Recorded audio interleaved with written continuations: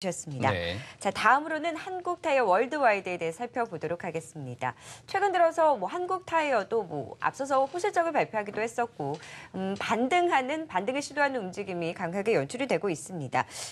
미국의 포드사의 신형 전기차 타이어를 공급한다라는 소식이 전해지면서 한국타이어도 올랐지만 한국타이어 월드와이드도 함께 올랐는데요. 좀 이 종목들 어떻게 향후 전망해 볼 수가 있을까요? 네. 우선 타이어는 들어갑니다. 네. 방금 또 우리 박지현 차장님께서 내연기관 말씀하셨는데 네.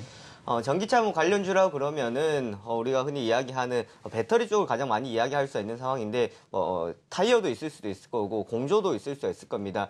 근데 한국타이어 월드와이드 같은 경우에는 한국타이어의 덕을 많이 봤다라고 보실 수 있을 것 같고요. 우선 엊그제 뉴스가 나왔던 내용들이었는데 포드의 이제 전기차에 타이어를 공급한다라는 소식이 좀 호재로서 작용이 되었었던 상황들이었습니다. 하지만 이와 앞서서 자동차 관련주들이 최근 상당히 강한 모습들을 보여줬었고 전일 타이어 관련주 역시도 상당히 좋은 모습을 보여줬다라는 것을 최근 들어서 전체적인 수급이 자동차 쪽에 많이 모이고 있다라는 것을 보실 수가 있을 것 같습니다. 우선 지분법 이익 호조가 한국타이어 월드와이드의 가장 큰 긍정적인 흐름을 보시면 될 것 같은데 한국타이어 2분기 실적이 예상치보다 훨씬 더 잘 나오면서 시장에서는 상당히 긍정적인 평가를 많이 받았었던 상황들이었습니다. 자, 거기다가 어제 강하게 상승했던 부분들 우선은 그 전날 나왔던 뉴스라고 말씀드렸었는데 플러그인 하이브리드 모델 시맥스 에너지의 앙프랑 에코 타이어를 이제 공급한다라는 소식이었습니다. 이 소식을 통해서 시장에 조금 더 긍정적인 뉴스를 불어넣어주지 않았나라고 볼 수 있을 것 같고요.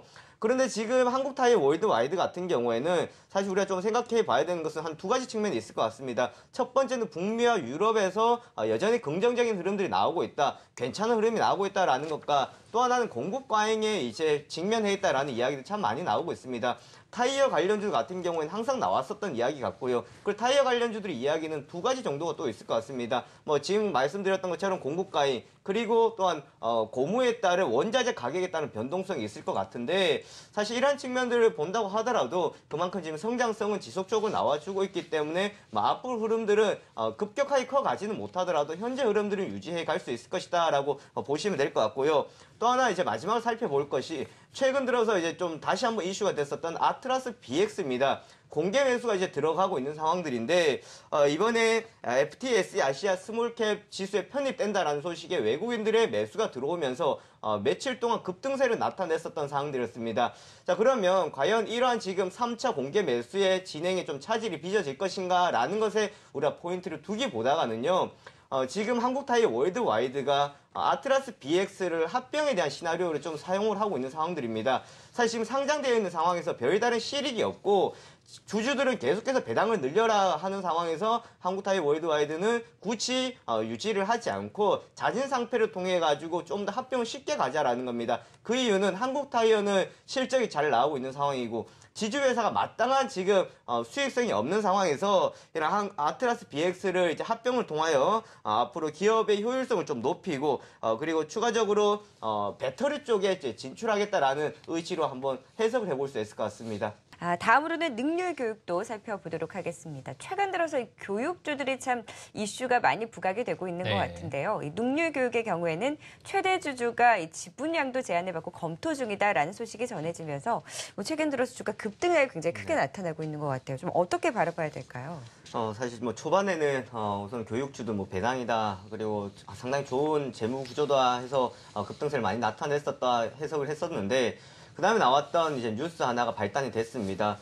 지금 최대 주주가 양도를 제한을 받았다라는 것이 공시를 통해 답변이 됐었던 상황들이었는데, 저도 엊그제 거래소에 전화를 해서 능력교육에 이러한 지금 언론에서는 뉴스가 나오고 있다. 조회 공시에 들어가야 되는 것이 아니냐라는 질문을 드렸습니다. 그래서 다시 한번 검토해보고 답변 드리겠다 했었는데 조회 공시가 나왔었는데요. 거기에 대한 답변은 우선 능률교육의 지금 최대 주주의 지분 양도에 대한 큰 부분입니다. 사실 이 부분의 시작점은 7월 달이었습니다. 그때 주가가 좀 많이 하락을 했었는데 자사주를 판다라는 소식, 자사주를 매도를 한다라는 소식에 주가가 크게 하락을 했었습니다. 그때 컸었던 것이 결국은 과거의 한서교육으로부터 주니어 랩스쿨 사업부를 양수를 하면서 과정에서 있었던 주식 매수 청구권 행사가 기한이 이제 다 돼가면서 한 1년 정도 남았는데요. 처분을 하면서 그때 주가가 많이 하락을 했었고 결국 이것이 시작점이 되면서 지속적인 이야기들이 많이 나왔었다라는 것이 이슈가 됐었던 상황들이었습니다.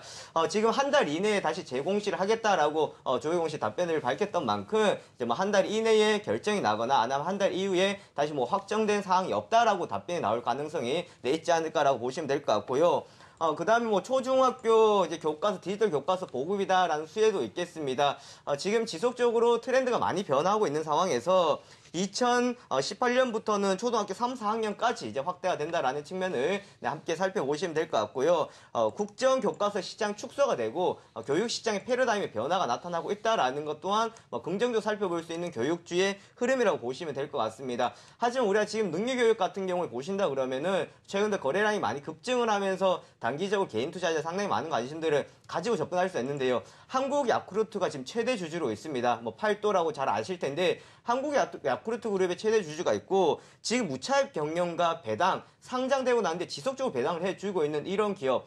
과연 최대 주주가 바뀐다고 해서 우리가 무조건 호재로 받아들일 것이냐 아니면은 이것을 어떻게 해석할 것이냐라는 부분입니다. 지금 시장에서 평가하는 것은 능률 교육에 지금 다른 회사의 제안을 받았다라는 것은 아마 한국 야쿠르트보다가 더 큰 시너지 효과를 낼 수 있는 기업이 인수된다라는 걸로 해석을 하고 있다라고 보시면 되겠고요. 만약에 그렇지 않다 그러면 오히려 주가 같은 경우에는 부진한 흐름을 걸을 수도 있다라는 점을 우리가 양날의 검이다라는 걸 좀 생각하고 확인하시면 될 것 같습니다. 마지막으로 코스맥스 살펴보도록 하겠습니다. 이 화장품주들은 뭐 기대도 있지만 우려도 있고 반반인 것 같아요. 사실 좀 반등하나 했는데 시진핑 주석 발언으로 또 우려가 생겼고 하지만 또 연휴 기대감이 있어서 좀 어디에 포커스를 맞춰야 되나 궁금하신 분들 많으실 것 같아요. 좀 어떻게 보고 계세요? 오늘 장단에 지금 맞춰야 될지 화장품주들 화장품주뿐만 아니라 호텔신라며 뭐 파라다이스며 중국 관련돼 있던 기업들이 최근 또 다시 좀 주춤하는 상황이었습니다. 저가에 따른 좀 반등세가 나왔던 상황이었고 사드에 대한 우려가 많이 이제 줄어들었다라는 게 있었는데 박근혜 대통령과 시진핑 주석의 이제 대면에서 이야기를 했었습니다. 사실 이걸 가지고 두 가지의 또 해석이 나올 수가 있는 상황입니다. 드디어 이제 시진핑 주석이 이야기를 했다라는 건데요. 그 부분에 따라서 그날 사실 주가가 크게 떨어지진 않았습니다. 장중에 좀 약세 흐름을 전환을 하는 모습을 보여줬었는데 과거와는 다르게 민감한 뭐 기관의 매도나 외국인들의 뭐 매도나 이런 수급적인 변동은 크게 없었던 상황들이었고 주가도 크게 하락을 하지 않는 상황들이었습니다. 한편으로 봤을 때는 이미 이제 어느 정도의 이야기가 나오면서 해결책을 좀 찾아야 되는 실마리를 좀 찾아야 되는 단계에 오지 않았나라는 것을 좀 시장들 생각하는 것 같고요. 또한 시간이 지나면서 사실 사드에 대한 이야기들 좀 많이 잊어지고 있는 상황이지 않을까라는 생각해 볼 수 있을 것 같습니다. 하지만 여전히 사드 배치한 중국의 보복에 대한 비관세 보복에 대한 우려감은 여전한 상황들이다라고 보시면 될 것 같은데요. 우선은 뭐 시장에서 생각을 할 때에 현재 상황으로 봤을 때는 심리적인 영향이 상당히 컸었다라는 겁니다. 그렇다 해서 중국 관련되어 있는 매출이 뭐 크게 줄었다라는 것은 아니고요. 오히려 코스맥스 같은 경우에는 중국 시장에서는 상당히 선전을 하고 있다라고 보실 수가 있을 것 같습니다. 색조 화장품에서도 좋은 모습을 보여주고 있는데 현재 상황에서도 색조 화장품에는 우선은 세금이 많이 부과가 되고 있는 상황들이기 때문에 추가적으로 세금이 부과되기보다는 오히려 줄어들 수도 있다라는 기대감을 가지고 있는 상황들이 되겠고. 거기다 이제 추석이 있을 거고 10월 초에 중국의 최대 연휴가 있습니다. 국경적 연휴가 있는 상황들인데 지난해에 중국 국경적 연휴 때 한국에 방한했던 중국인 관광객들이 예상치가 한 10만 명 중반대였는 20만 명대를 예상을 했었는데 17만 명이 왔었습니다. 뭐 올해도 비슷한 수준이지 않을까라고 예상들을 많이 해볼 수 있습니다. 중국에 대한 보복 우려감이 있다 그랬는데요. 당장에 중국 관광객들이 한국에 오려고 했던 비행기 예매를 취소를 하거나 하는 상황들이 벌어지지 않고 있다는 걸 보시면 될 것 같고요. 하지만 중국 정부가 뭐 여건을 이제 제한을 하거나 그런 조치를 했을 때는 추가적인 부정적이 있을 수 있을 것 같습니다. 하지만 현재로서는 뭐 급격한 부정적인 흐름들은 이제 다 지나가지 않았나라고 볼 수 있을 것 같습니다. 그다음에 김혁철 대표님은 또 정말 대응하기 힘든 장인데 좀 어떤 전략 세워주실 수 있을까요? 네, 추석에 따른 뭐 징크스인 것 같습니다. 과거 우리가 미국 위기가 터졌을 때 추석으로들 잘 기억을 하실 건데요. 항상 추석 연휴가 있으면은 투심이 많이 좀 얼어붙고는 했었던 상황들이었던 것 같습니다. 그래서 지금 뭐 9월달 같은 경우에도 금리 인상에 대한 FOMC 회의도 있는 상황들이기 때문에 시장의 투자자들 상당히 많이 경계하고 있는 상황이고 국내 증시 같은 경우에도 많이 올랐었기 때문에 좀 많이 탄력이 둔화되고 있는 상황입니다. 외국인들은 비차익 매수가 들어오고요. 투시는 비차익 매도가 많이 나가고 있습니다. 그만큼 전체적으로 봤을 때에 지금 사는 입장도 있겠지만 파는 쪽에서 또 강하게 매도가 나오고 있는 상황들이기 때문에 지수의 어느 정도 상승에 따른 부담감을 여전히 느낄 수 있는 상황이라고 보시면 될 것 같고요.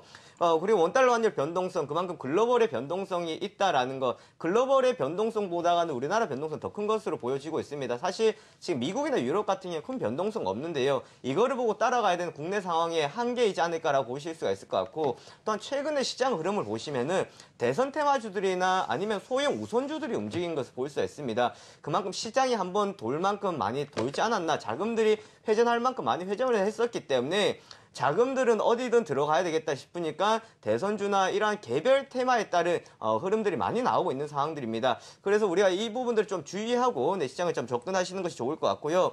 뭐 추가적으로 봤을 때 상승 동력이 상당히 좀 부족하다라고 볼 수는 있겠습니다. 코스피 같은 경우에는 위에서 주춤하는 상황이고 코스닥은 지금 아래에서 좀 주춤했던 상황인데 어제 코스닥이 1% 하락에 비하고 사실 시장을 보면 시장에 투매가 나오거나 크게 무너지는 상황들이 전혀 아니었습니다. 최근 하단 박스권을 단기적으로 만들고 난 뒤에 상승을 했었기 때문에 거기에 따른 자연스러운 물량들이 출회가 되었다라고 보시면 되겠고요.